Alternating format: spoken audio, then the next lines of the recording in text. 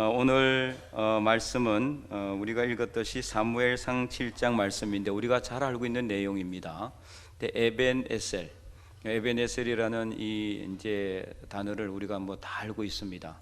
뜻은 하나님께서 여기까지 우리를 도와주셨다라는 뜻입니다. 오늘 본문에 나와 있죠. 12절에 사무엘이 돌을 취하여 미스바와 센 사이에 세워 이르되 여호와께서 여기까지 우리를 도우셨다. 이게 이제 에벤에셀이라는 뜻이에요. 에벤에셀. 그래서 이 에벤에셀을 이렇게 이제 이 비석을 돌을 세운 이유가 뭐냐? 하나님께서 이스라엘 백성들이 뭐 힘이 있거나 능력이 있어서 블레셋을 갖다가 무찌른 게 아니거든요. 그죠? 하나님께서 우레를 바래 가지고 하나님이 싸우신 거예요. 하나님이 싸우셔서 승리하셨고, 그리고 지금까지 하나님께서 인도하시고 지켜주시고 이끌어 주셨다. 사사시대 참 힘들었죠. 사사기를 읽어보면은요, 이스라엘 백성들이 끊임없이 똑같은 허물과 똑같은 죄악을 행하는 것을 볼 수가 있어요. 그것을 수없이 반복을 합니다. 그럼에도 불구하고 하나님은 이스라엘 백성들을 내버리지 않았어요. 저버리지 않았어요. 포기하지 않았어요. 끝까지 이스라엘 백성들을 지키시고 또 이끌어 가신다. 그렇게 또 할 줄 알면서도 하나님이 속아 주시는 거죠. 알면서도 또 이 백성들이 나를 떠날 것을 알면서도 하나님은 그럼에도 불구하고 하나님은 이 이스라엘 백성들을 위해서 구원자를 보내시고 사사를 보내서 그들을 구원해 주시고 또 살려 주시고 또 살게 해 주시고 옳은 길로 선한 길로 인도해 주셨지만 이스라엘 백성들은 또다시 자기들이 배가 부르고 등이 따뜻해지면은 하나님을 버리고 우상을 따라가고 죄와 악을 행하는 이런 일들이 무한 반복하는 이 사사 시대에도 불구하고 하나님께서 지금까지 인도하시고, 그리고 이제 사무엘이 이제는 엘리 대제사장을 대신해서 이스라엘을 다스리고 있을 때 사무엘이 백성들을 다 모읍니다. 그래서 이 백성들을 모아서 하나님 앞에 뭐해요? 예배 드리는 거예요. 오늘 우리가 읽지는 않았지만 7장 1절부터 보면은 그 내용들이 쭉 나와 있는데요. 사무엘이 5절에 보면은 사무엘이 이르되 온 이스라엘은 미스바로 모이라 이렇게 이야기합니다. 미스바. 그 미스바로 모이라고 한 이유가 뭐냐? 내가 너희를 위하여 여호와께 기도하리라. 그리고 6절에 그들이 미스바에 모여 물을 길어 여호와 앞에 붓고 그날 종일 금식하고 거기에서 이르되 우리가 여호와께 범죄하였나이다. 이 백성들도 자기들의 잘못을 알고 있어요. 그래서 하나님께 범죄하였습니다. 우리가 우상을 섬겼습니다. 우리가 잘못했습니다. 회개하고 있는 거죠. 그래서 사무엘이 미스바에서 이스라엘 자손을 다스리기 시작하고, 그런데 이 소식이 7절에 보니까 블레셋 사람들에게 들려졌어요. 이제 블레셋 사람들은 아마 이스라엘 사람들이 함께 모여가지고 뭔가 작당을 해서 자기들을 치려고 침입하려고 하는 줄로 그렇게 오해했던 것 같아요. 그래서 7절에 보면은 블레셋 사람들이 듣고 그들의 방백들이 이스라엘을 치러 올라온지라 이스라엘 자손들이 듣고 블레셋 사람들을 두려워하여 8절에 이스라엘 자손이 사무엘에게 이르되 당신은 우리를 위하여 우리 하나님 여호와께 쉬지 말고 부르짖어 우리를 블레셋 사람들의 손에서 구원하시게 하소서. 당시 이제 블레셋은 이스라엘 주변에 살고 있던 이방 민족이었습니다.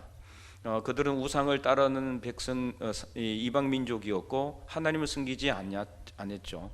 틈만 나면은 이스라엘 백성들을 괴롭혔던 그런 이방 민족들이었어요. 그래서 이제 블레셋이 오늘날 플레스타인이 된 겁니다. 플레스타인. 똑같은 어원에서 나온 거예요. 플레스타인.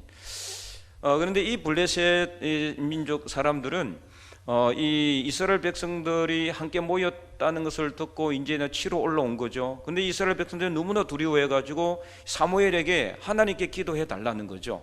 그래서 오늘 우리가 읽지는 않았지만 9절에 보면은 사무엘이 젖먹는 어린 양 하나를 가져다가 온전한 번제를, 자 우리 9절 한번 읽어보겠습니다. 9절 말씀. 사무엘이 젖먹는 어린 양 하나를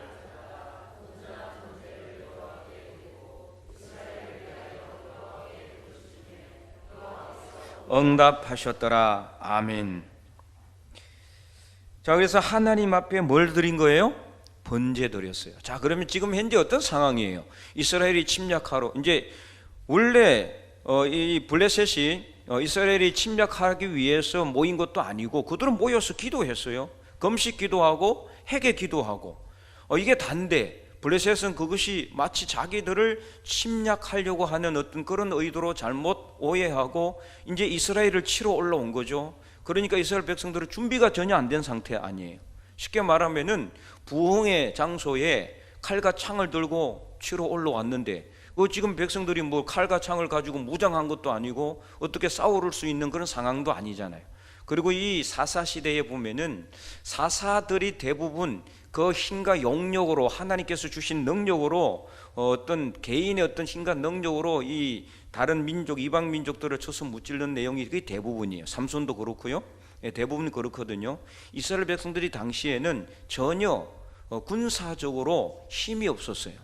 그래서 당시 블레셋과 이스라엘은 어떤 군사적 차이가 났느냐? 자, 블레셋에는 뭐가 있었느냐? 철을 갖다가 단련하는 대장간이 있었어요. 철. 그런데 이스라엘은 철을 단련하는 대장간이 없어요. 그러니까 청동이나 항동 같은 이런 것만 할 수 있어요. 항동이나 청동 그 구리 같은 거 가지고 무기를 만들면 어떻게 될까요? 일단은 무겁죠. 그 다음에 구리 여러분 들어봤어요? 구리는 이빨로 깡불어도 어떻게 해요? 쑥 들어갑니다. 이 싸울 수 있는 무기가 아니에요. 그런데 블레셋은 뭘 가지고 있어요? 철 무기를 갖고 있는 철 무기. 그래서 이스라엘 사람들은 이제 낫이나 아니면은 칼 같은 걸 갖다가 만들거나 배려기 위해서는 어디로 갔다? 블레셋 땅으로 가는 거예요. 자기들은 그게 기술이 없으니까. 그런 시대였어요, 당시에. 그러니까 철을 단련하고 어떻게 이렇게 만들 수 있는 제조하는 기술이 없는 거예요, 이스라엘은. 그런데 블레셋은 가지고 있는 거예요. 그러니까 군사적으로 게임이 된다 안 된다? 전혀 게임이 안 되는 거예요. 싸워봤자 안 되는 거죠.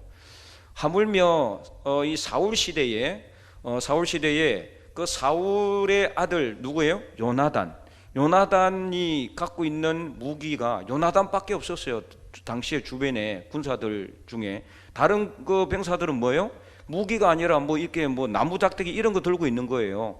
그러니까 이게 게임이 돼요. 싸움이 안 되는 거죠. 싸움이 안 돼요. 성경 보면 그렇게 나와 있습니다. 그래서 이 당시 이스라엘은 군사적으로 너무나 열악한 상태예요. 싸웠다가는 백전백패할 수밖에 없는 상태였지만 하나님은 특별히 사사를 세워서 하나님의 능력으로 하나님의 도우심으로 때로는 이렇게 우레를 발하시고 때로는 우박을 던져주시고 때로는 막 큰 지진이나 천둥 번개 같은 것을 통해서 이 블레셋이라든지 이방 민족들을 두렵게 하고 그들을 겁먹게 해가지고 다 물리쳐 주신 거예요. 지금까지는. 자, 이런 상황에서 이 이스라엘 백성들이 지금 싸워서 이길 수 있는 상황이 아니죠. 쉽게 말하면은 무조건 지는 싸움이에요. 그러니까 이스라엘 백성들도 다 알아요, 그 상황을. 지금 매달릴 수 있는, 의지할 수 있는 분은 누구밖에 없어요? 하나님밖에 없는 거예요. 그래서 하나님께 기도해서 이 문제를 해결해 달라고 그렇게 이제 요청을 했고, 지금 사무엘이 그러니까 어떻게 했어요? 번제를 드렸어요. 자, 그런데 여기서 중요한 게 있다. 그게 뭐냐? 바로 지금 어쨌든 간에 백성들이 그렇게 요청을 해도 기도를 하지만은 그러나 또다시 어쨌든 간에 이 블레셋을 갖다가 막기 위해서는 뭐 어쨌든 간에 군사적으로라도 준비는 해야 될 거 아니에요. 그래도 이제 군사들을 세우고 없는 칼이라도 들고 창이라도 들고 뭐 새서랑이나 뭐 아니면은 낫이라도 들고 앞에 서야 될 거 아니에요. 준비를 해서 어떻게는 또 막아야 되지 않겠습니까? 그래야 뭐 어떻게든 이렇게 준비는 이제 어떻게 싸우는 볼 수 있는데 지금 어떤 상태예요? 사무엘이 한 거는 전혀 그런 군사적인 행위를 하지를 않았어요. 자, 9절을 다시 한번 보기 바랍니다. 9절을 사무엘이 젖먹는 어린 양 하나를 가져다가 온전한 번제를 여호와께 드리고 이스라엘을 위하여 여호와께 부르짖으매.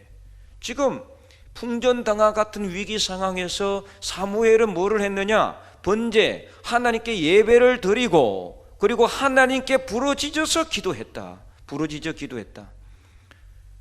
우리가 상식적으로 생각할 때는 전혀 맞지 않는 그런 행동이라고 볼 수도 있어요. 당연히 기도는 해야 되겠죠. 하지만 또 군사적인 준비도 해야 되지 않겠어요?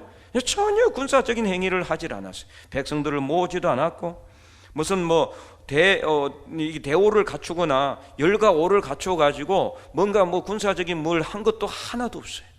오직 사무엘이 한 것은 하나님께 번제를 드리고 예배를 드리고 기도한 것이다.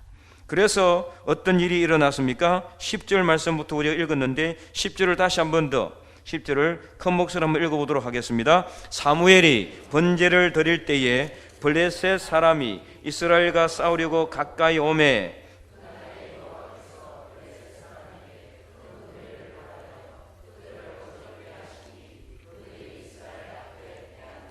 아멘. 자, 언제 하나님께서 이렇게 우레를 발하여서 이 블레셋을 물리쳤다고요? 언제요? 10절 전반절에 사무엘이 뭘 드릴 때? 번제를 드릴 때. 번제를 드릴 때. 이게 정말 중요한 핵심 포인트입니다. 예배를 하나님께 드릴 때 하나님은 응답하신다. 적극적으로 응답하신다. 그래서 하나님은 모든 것을 멸하실 수 있는 능력의 하나님이십니다. 하나님 앞에 이길 수 있는 어떤 군대도 없습니다. 지금 최첨단 핵 무기가 있어도 하나님 앞에서는 안 되는 거죠. 우리가 아무리 적군이 쳐들어온다 할지라도 우리가 하나님 앞에 예배드리는 삶을 산다면은 하나님은 언제든지 우리를 지키시고 인도하신다, 보호해 주신다는 것을 오늘 본문은 우리에게 분명히 말하고 있어요. 그래서 이게 예배 드리는 것이 얼마나 중요하고 얼마나 소중한 것인가, 필요한 것인가를 우리에게 말해주고 있어요. 만약에 지금 죽변 땅에 저 바다를 통해서 북한이 잠수정을 보내가지고 수천 명의 군인들이 들어오면은 여러분이 어떻게 하겠어요? 피난 가기 바쁘겠지요? 아닙니까? 지금 이 자리에 앉아서 예배 드릴 수 있겠어요? 참 이게 현실하고 이 믿음의 어떤 그 내용하고는 너무나 좀 많이 또 다른 부분도 없잖아 있지만, 그러나 우리가 그렇다고 할지라도, 우리는 그렇게 된다 할지라도 지금은 우리는 그러지 않을 것이라고 믿고 하나님께 예배드리는 삶을 살아가야 되는 거죠. 그게 바로 우리가 가야 될 길입니다. 비록 지금 10분 후에 내 눈앞에 칼이 들어와서 내가 하나님을 부인할지 모르지만, 그러나 지금은 우리는 하나님을 절대 부인하지 않으리라. 우리는 어떤 상황 가운데서도 예배 드리는 자가 되리라. 이렇게 결단하는 저와 여러분이 될 수 있기를 바랍니다. 언제 어떻게 무슨 일이 일어날지는 아무도 몰라요. 그러나 지금 우리는 이 자리에서 예배 드리는 자로 있는 것입니다. 그러므로 항상 우리는 그 시대, 그 시간 하나님 앞에 예배 드리는 자로 서는 것이 가장 귀하고 소중한 것이다. 그때 하나님께서 응답하신다는 것을 분명히 믿고 확신하시기 바랍니다. 그래서 이스라엘 백성들이 한 거 아무것도 없어요. 그렇잖아요? 뭐 한 게 있어요?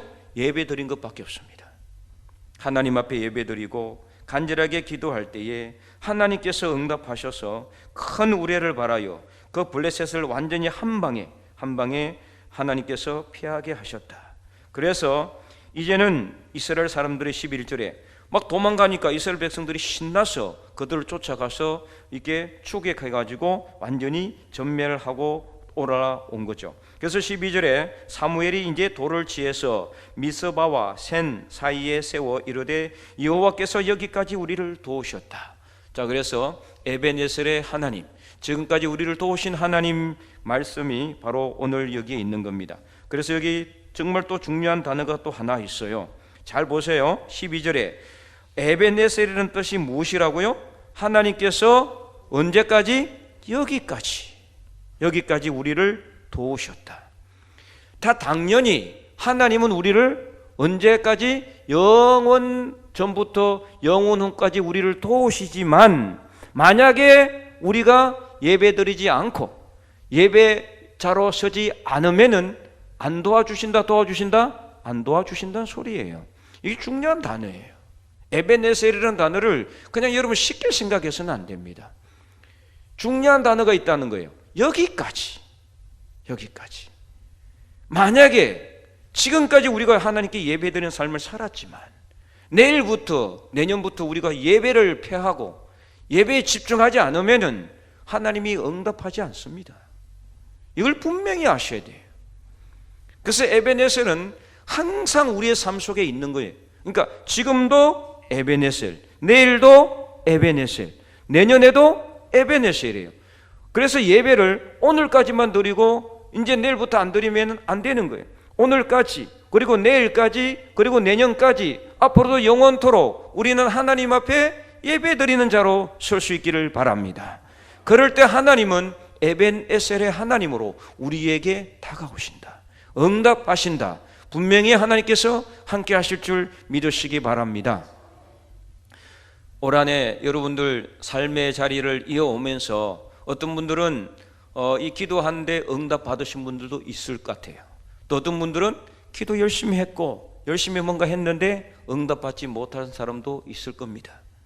그러나 응답을 받고 응답을 받지 않는 것이 문제가 아니라 여러분이 오늘 이 자리까지 하나님 앞에 정말 신령과 진정으로 요한복음 4장 23절 말씀처럼 영과 진리로 하나님께 예배드리는 삶을 살아왔는가, 이것을 여러분 한번 깊이 생각해 보시기 바랍니다. 만약에 우리가 하나님 앞에 진정으로 예배드리지 못했다면 우리는 다시 회개하고 오늘 이스라엘 백성들이 한 것처럼요, 중요한 거는요, 우리가 잘못했으면 하나님 앞에 회개하면 돼요. 우리는 연약합니다. 부족하고 또 완전하지 않습니다. 그렇기 때문에 하나님도 이것을 다 알기 때문에 사사시대 이스라엘 백성들을 버리지 않은 거예요. 연약하고 부족하고 또 실수하고 또 넘어지고 또 뒤로 돌아설 것 알면서도 하나님께서 끝까지 이스라엘 백성들을 붙잡으시고 그들을 놓지 않으신 것은 하나님이 그들을 한번 택하셨기 때문에 그들을 버리지 않으시고 포기하지 않는 것처럼 오늘 하나님이 저와 여러분을 완전한 가운데 부르신 것이 아니라 부족하고 연약한 가운데, 허물이 있는 가운데 우리를 부르셨기 때문에 우리가 또 실수할 줄도 알고 또 넘어질 줄도 알지만 그럼에도 불구하고 우리를 절대로 포기하지 않으신다, 버리지 아니하신다.